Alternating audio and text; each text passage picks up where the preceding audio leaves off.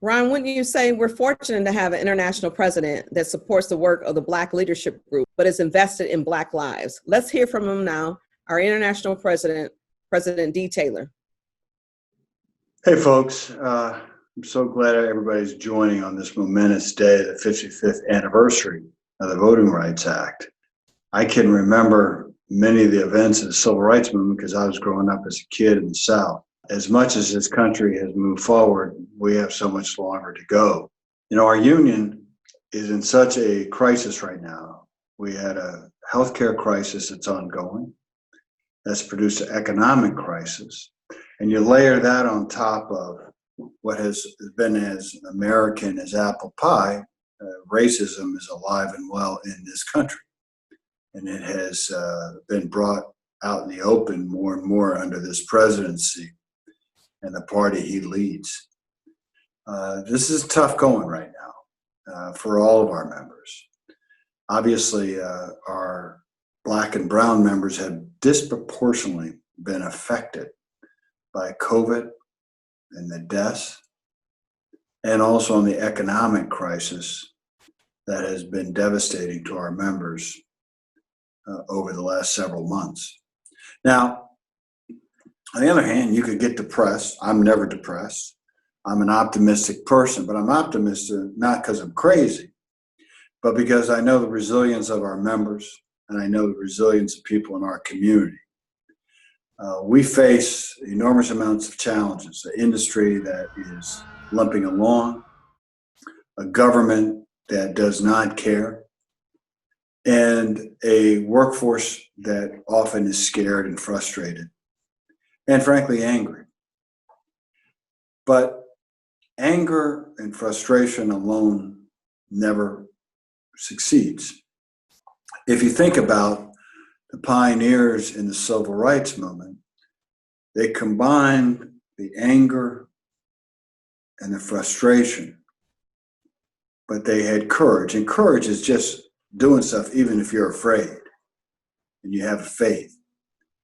So when you think about the pioneers that have died recently, C.T. Vivian on the steps in that Selma courthouse when Bull Connor knocked him down merely for trying to get folks registered to vote. You think of John Lewis, who at age 23 led the march across the bridge in Selma. So when I hear, well, young people this or young people that, I go, thank God for young people. Thank God for courageous people. You know, I'm very happy under my presidency that we formed the Black Leadership Group. Really came not just after Ferguson, but it had been long needed. I think often in our union, rightfully so, we talked about immigration reform and we didn't talk enough about civil rights. And so I'm glad we have a big enough tent, not only to have both, but to grow.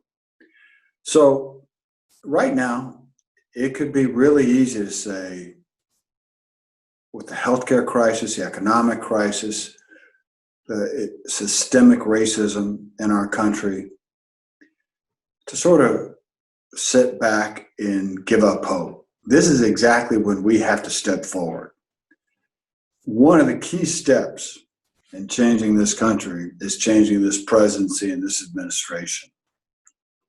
We have less than 100 days. Now, we had made a call at the convention last year to defeat Trump. In Florida, Arizona, and Nevada is where we were going to focus. And some of Michigan, too. Many of you have been involved with these efforts already.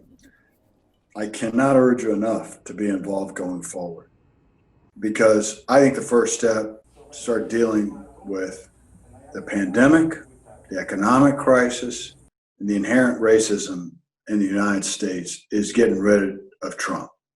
That does not solve anything at all. We have so much longer to go, but you got to take the first step when you go on a journey. So I hope you will take that step. Your brothers and sisters will take that step. I'm so appreciative of the leadership of the Black Leadership Group. I'm proud of it. And we have more and more work to do, but I think we're in good hands. And we should always challenge ourselves what we can do next to be better and to create Dr. King and John Lewis said, a more perfect union. So I thank you so much.